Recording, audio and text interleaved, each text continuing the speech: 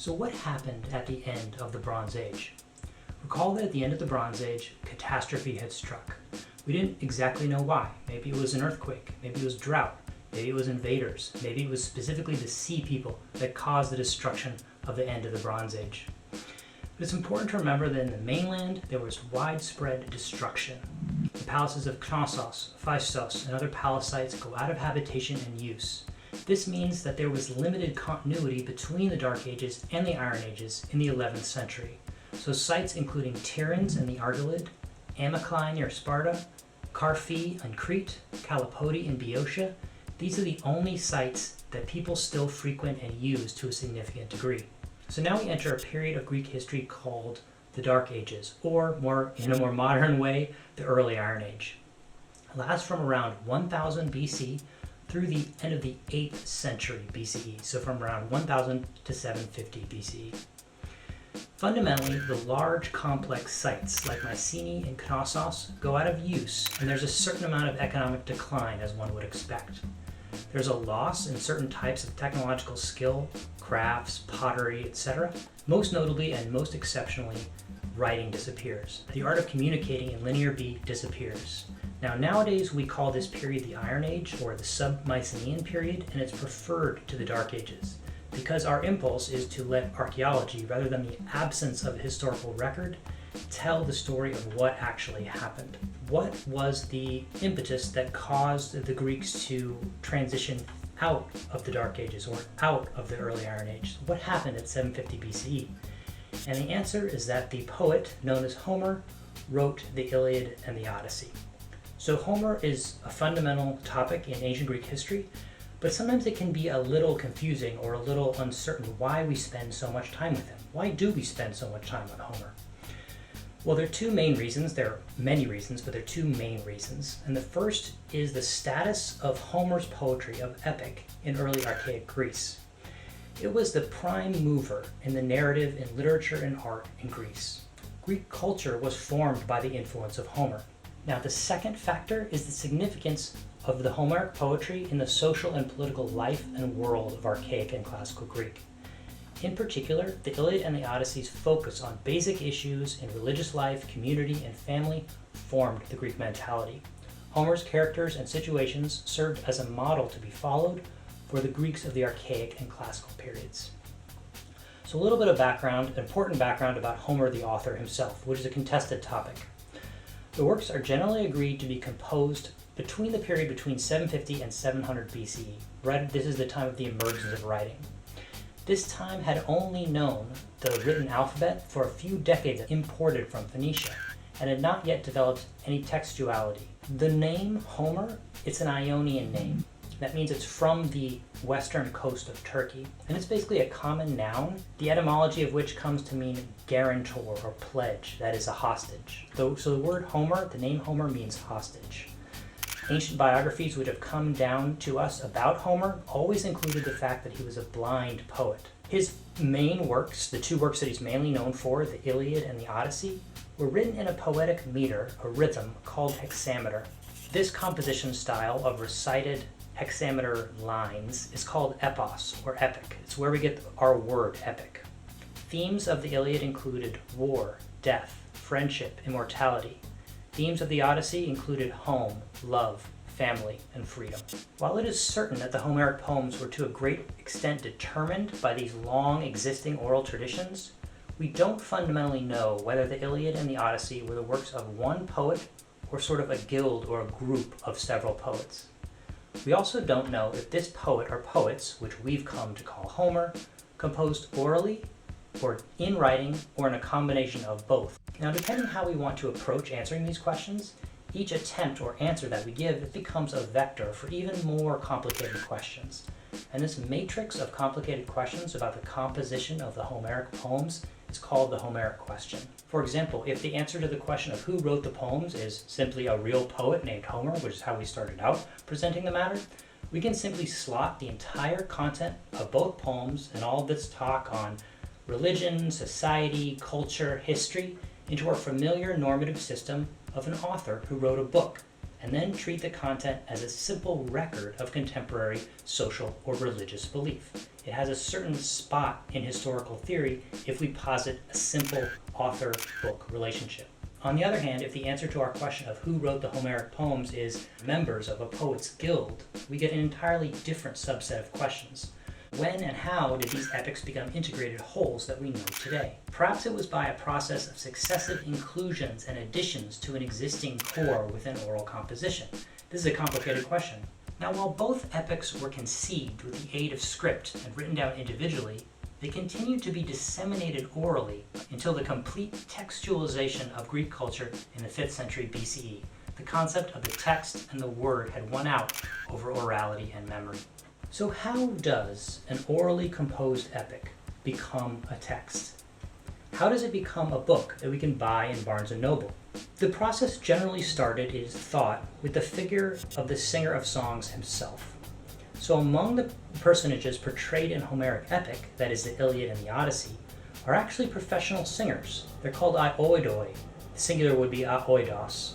They were specialist performers whose songs were widely admired, who may have been supported by a king or a community in their work. In the Odyssey, we meet Phemius, a renowned singer in Odysseus' palace, and also Demodocus, who performs among the Phaeacians in the king's hall and the public meeting place.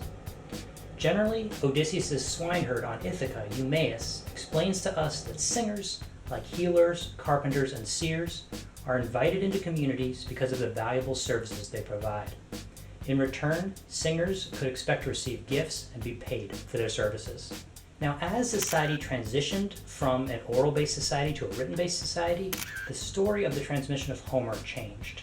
Our evidence for the performance of texts in the classical period is not based on these singers, but it's based on the figure of the rhapsode. So when life was transitioning from an oral to a written society in the midst of the 8th century BCE, the singers or bards, such as Demodocus, changed into figures called rhapsodes. These rhapsodes recited memorized texts. They did not sing new compositions. Fundamentally, they were performers or reciters of a fixed text of Homer. They didn't sing and create, they recited orally fixed texts. It's unclear exactly how fixed they were, how much they could change in a composition. At festivals like the Great Panathenea at Athens every 4 years in the Greek world, relays of these rhapsodes were organized to perform the entire corpus of the Iliad and the Odyssey, and there were prizes for who performed the best. What was the content of the Iliad and the Odyssey? What was the reason the Greeks thought that these poems were so important? First is that the poems were originally oral compositions. They reached the form in which we have them in the course of the 8th century BCE, but they were composed throughout the Submycenaean or early Iron Age period. Second is that they describe events taking place in the Bronze Age, in the 13th century BCE, the time of the Trojan War. The world of the Iliad is made up of the Greeks and the Trojans. The Greeks are called 3 different things in the Iliad: the Achaeans, the Danaans, and the Argives. The Greeks had assembled for war under the leadership of a certain Agamemnon, king of Mycenae.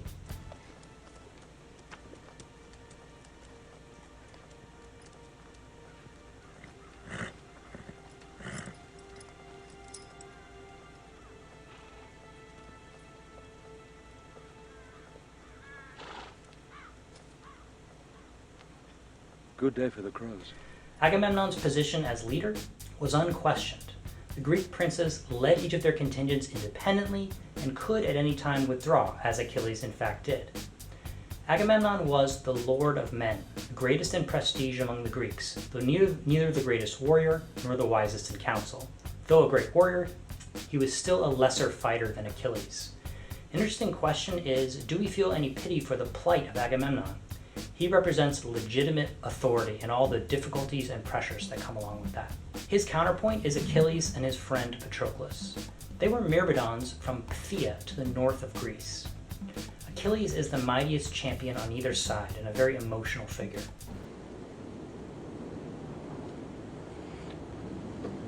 Where's Patroclus? Patroclus is a great warrior and the devoted friend and perhaps the lover of Achilles. Of course, their relationship is a major theme of the Iliad. Menelaus' wife Helen was stolen by the Trojan Paris, which precipitated the battle itself. Odysseus, the king of Ithaca, is the craftiest and the wisest of the Greeks at Troy. He's the author of the ruse of the Trojan horse, which finally dooms Troy. That's good. For my son back home.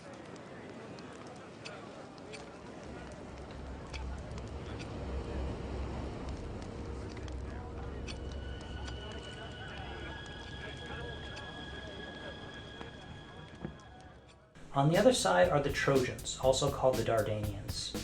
Troy was a great city in the northwest portion of Anatolia. It was led by a single king and helped by powerful allies. King Priam was the father of 50 sons, and sometimes 12, and then sometimes 50 daughters. 19 of those 50 were with his wife, Hecuba. Hecuba is a tragic figure who represents most clearly the pain and loss that occurs with the fall of Troy. Paris, also called Alexander, is also connected to Menelaus' wife Helen. Now, in mythology, at the judgment of Paris, the goddess Discord threw the golden apple that was inscribed to the fairest among the celebrants, and 3 goddesses, Hera, Aphrodite, and Athena, all claimed the apple. Zeus chose the Trojan Paris to judge the competition, and Paris favored Aphrodite. He received as his reward Helen, a woman who at that point was inconveniently married to Menelaus the Spartan. In the Iliad, Helen is an ambiguous figure who is blamed for the onset of war, but also is pitied and exculpated. The next famous Trojans are Hector and Andromache. Hector, the brother of Paris, is the champion of the Trojans. He's brave and honorable, and as a warrior excelled only by Achilles. He is killed by Achilles in single combat at the end of the Iliad. Hector's wife is Andromache. She's the daughter of a certain Aeetion, an ally of the Trojans who was murdered by Achilles. The portrait of the Trojan family of Hector, Andromache, and Astyanax in Book 6 of the Iliad is one of the most moving and powerful parts of the entire poem. It's important to note here that Homer gives this scene to the losing side, and it's an example of the balance presented by Homer. Another interesting Trojan is Aeneas. He's the most prominent Trojan outside of Priam's immediate family. Aeneas belonged to a different branch of the royal family. He's the son of Anchises and the goddess Aphrodite.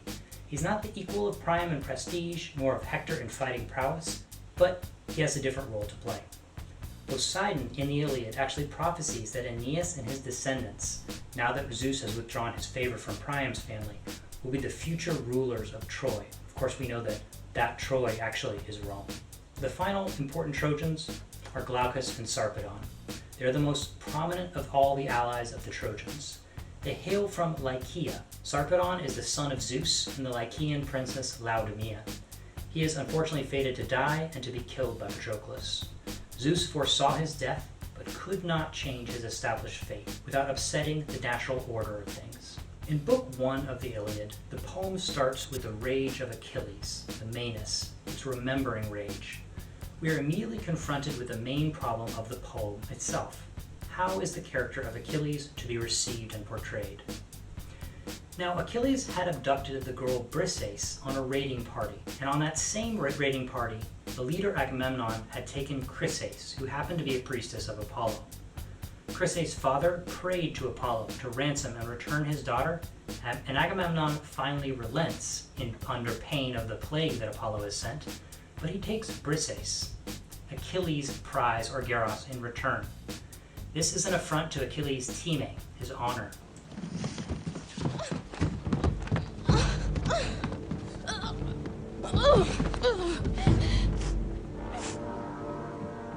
The spoils of war. No argument with you, brothers, but if you don't release her, you'll never see home again. Decide. Guards! Achilles is not happy and withdraws from the fighting, and this event is the cause of all the sorrow and the pain that follows. Patroclus arming in Achilles' armor, his death, and the death in revenge of this killing of Hector by Achilles himself. The situation of Achilles' harmed Time is an example of Homeric values and the Homeric ideal. Mortals must die, so the goal is to win everlasting glory, kleos. This glory will never die and will be a recompense for death. Kleos is gained through time, or honor, and geros, gift or prizes won through battle and through good counsel, that is, through being a good speaker of words or a doer of deeds. The entire action of the Iliad is driven by this desire for kleos of Achilles, Hector, and all of the characters. Such an essential crux of Book 1 that Achilles feels like his time is tainted. In the middle of the Iliad, in Book 9, we see that Achilles seems to repudiate this Homeric ideal, but really only in speech, and only because of the blow to his teammate. The demands of the Homeric ideal determine the terms of his rejection of it. The culmination of mortal achievement is to win Time while one is alive, and after death to enjoy the kleos that survives. At the time of Homer's composing of the epics, Greek beliefs in the afterlife were in no way rosy. There was no such thing as individual salvation or anything like that. Once you're dead, that was it. You're a useless shade forever. That was the importance of kleos. Do you know what's there? Waiting. Beyond that beach. Immortality! Take it! It's yours!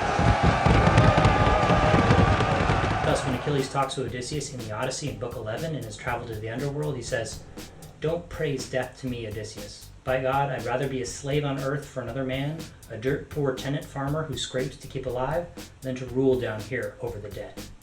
In Book 12, there's a beautiful exchange between the hero Sarpedon and his companion Glaucus over on the Homeric ideal. There are two important ideas discussed here. The first is that mortals recognize that unlike gods we see fighting each other in the poem, mortals are going to die. They cannot themselves be immortal, so humans thus must strive to win eternal glory for themselves that will outlast death. A good leader wins his following by being courageous in battle, never shying from danger, and being generous with his men. Sarpedon here tells Glaucus that they all have their honors, their due honors, their timai, because they deserve them. They don't shy from battle, so they should not shy from it now. Now in Book 6, we see the Trojan Hector in an intimate meeting with his family, Andromache and his son Astyanax. Astyanax is frightened by the crest on his father's helmet. Andromache tries to talk to Hector and get him not to fight. She tries to get him not to enter the area where warriors win this everlasting glory. They win kleos. And Hector, despite fully understanding her position, says that because of how much his city depends on him, he cannot withdraw from fighting. And here there's an explicit comparison with Achilles. Yeah, a threat like that. An impossible threat. He has no idea what's happening. Thank the gods. Don't go tomorrow. This adds a new dimension to our question or understanding of Achilles as a sympathetic character. It's always been interesting to ask the question of who is the hero of the Iliad? Clearly, Hector has some claim to his title. He's the most human character. It's also good to note here that the Trojans are not fundamentally different from the Greeks that they fight with. There are some exceptions, like the polygamy of Priam. Is this strange in a poem about internecine war? I would say yes. The middle and the crux of the Iliad is Book 9, or the Embassy. We saw that the main drama of the Iliad arose when Agamemnon took a prize, a geros, from Achilles, his greatest hero, and the best of the Achaeans. That prize was Briseis. Now here, in Book 9, the Greeks are in trouble. Agamemnon needs help. He needs Achilles to come back to the fight, and he sends Achilles' dearest friends, Odysseus, Ajax, and Phoenix, with 3 different offers of compensation. Odysseus is the mouthpiece of Agamemnon, the legitimate authority. He directly recapitulates the offer of Agamemnon word for word. Phoenix is Achilles' old family friend. Phoenix relies on family connections, friendships, to try to persuade Achilles to relent and come back to fight. Ajax is the comrade of Achilles, the comrade in arms. His appeal is emotional and simple. Ajax says, "We who love you the best implore you. Even men whose family are murdered relent. You need to come back to fight." Odysseus' offer is incredibly rich. 7 unused tripods, 10 talents of gold, 20 gleaming cauldrons, 12 strong horses that have won prizes by their fleetness, 7 women skilled in goodly handiwork, women of Lesbos, Briseis, 20 Trojan women that are the fairest after Argive Helen, one of Agamemnon's 3 daughters named Chrysothemis, Laodice, or Iphianassa with a full dowry, and 7 well-peopled cities. Agamemnon is a proud man. But he knows when he's made a mistake. The man sends you to make his apologies? What are you doing enthralled to that pig of a king? Achilles refuses. He says that Agamemnon is arrogant and ungrateful. He's a hypocrite. They, the Greeks, are fighting over a stolen wife, Helen, but Agamemnon has stolen his wife, Achilles' wife, Briseis. Before, he was focused on the kleos that comes from war, but now he chooses a normal life, away from people like Agamemnon. Achilles says he'll sail home tomorrow. The Achaeans are welcome to watch him do so. We know that it will be in fact Achilles' friend Patroclus who will fight in Achilles' stead. He will put on Achilles' armor and fight. Patroclus will be killed by Hector, who is then in turn killed by Achilles. Now we're going to turn briefly to the Odyssey and talk about history in the Homeric poems. With its name, the Odyssey, the second major Homeric epic, it indicates that here we have the figure of Odysseus at the center, and his nostos or return takes center stage. The Odyssey, unlike the Iliad, has very clear-cut distinctions. Books 1 to 4 are called the Telemachy, or the story of Telemachus. Books 5 through 12 tell the story of Odysseus' wanderings, and then books 13 to 14, we have Odysseus and his return home and his drawn-out reuniting with his family. Odysseus' route from Troy to the end of the world, to the land of the Phaeacians, at the edges of the Greek world, and then through the first-person representation of his wanderings in the form of a flashback, has fascinated all audiences of the poem throughout time. In antiquity, precise locations were claimed for the places mentioned there, such as the land of the Cyclopes in Sicily, or Scheria as Corfu. And even in modern Homeric philology, there have been repeated attempts to fully describe the route. However, the journey from Troy to Ithaca does not appear to be reconstructible in any detailed way. We're going to highlight only a few of the stages of these wanderings. One of the most important is the island of the Cyclopes, that is the one-eyed giants. The Cyclops Polyphemus, the much infamous, or the much talked about, locked up Odysseus with 12 companions. 6 of the companions are eaten by the Cyclops before the giant's only eye is gouged out with a sharpened olive stake, heated to be red hot. On his escape, Odysseus cannot resist boasting that he did the deed, and he thus gets cursed for his pride. On the other side of the stream of Oceanus, Odysseus travels to the realm of the dead to listen to the prophecy of the prophet Tiresias. Odysseus there meets with his mother, with the great heroes of the Trojan War, Agamemnon, Achilles, Patroclus, and Ajax. He sees the judge of the dead, Minos, the wrongdoers Titus, Tantalus, and Sisyphus, and also Heracles. We of course have the meeting with the sirens. Odysseus escapes from the seduction of absolute knowledge by stuffing his ears with wax and having himself tied tightly to the mast. Finally, Odysseus returns home and slowly reunites with his oikos, his family Penelope, loving and faithful wife, shrewd and cautious, who is attempting to avoid marrying the suitors, Telemachus, his charming and dutiful son, Eumaeus, faithful and hard-working swineherd, Argus, his faithful hunting dog, Euryclea, his old nurse and caretaker, faithful and perceptive. Finally, Laertes, his old and grumpy father. Now, many aspects of Homer's poems, the Iliad and the Odyssey that we're describing, reflect the Mycenaean age, the age of the Trojan War. But many also must reflect the time of Homer himself, the late Dark Ages, that is the 9th to the 8th centuries BCE. This is the time when Homer lived, when he was composing. It's indisputable that the values, ethics, social structures, anything central to Greek life, must reflect Homer's own time more than a time he had no first-hand knowledge of, the late Bronze Age, which must have just been refracted through different retellings of the Trojan War saga. The first thing to note with the palace of Odysseus is that it is not like a Mycenaean palace, nor is it much like the archaeology of the Dark Ages, which emerges on the Greek mainland, which is fundamentally dispersed and, as far as we know, primarily egalitarian. There are some things, however, that do match up closely with the age of Homer himself, the Dark Ages Greece. First, in Odysseus' community on Ithaca, there are, in fact, in the Odyssey, meetings of town elders, discussions, and debate. In other words, the picture is much more egalitarian than the top-down distributive economy of the Bronze Age palaces, which belonged to the age of Mycenae, Troy, and the Near East.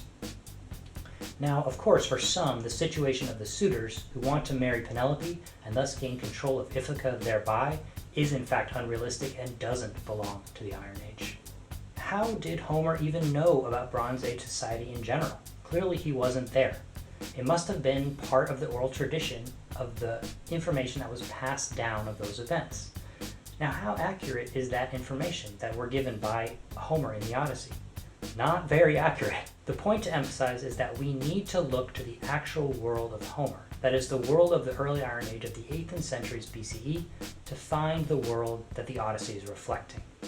One of the sites that's used to make this connection is the site of Lefkandi in Euboea. Now, unlike the Bronze Age palaces, Lefkandi is an archaeological site from the time of Homer himself. It's from the time of the actual composition of the writing of the Odyssey and the Iliad. Lefkandi is located on the coast of Euboea between Eretria and Chalcis. The elements of the site are fascinating.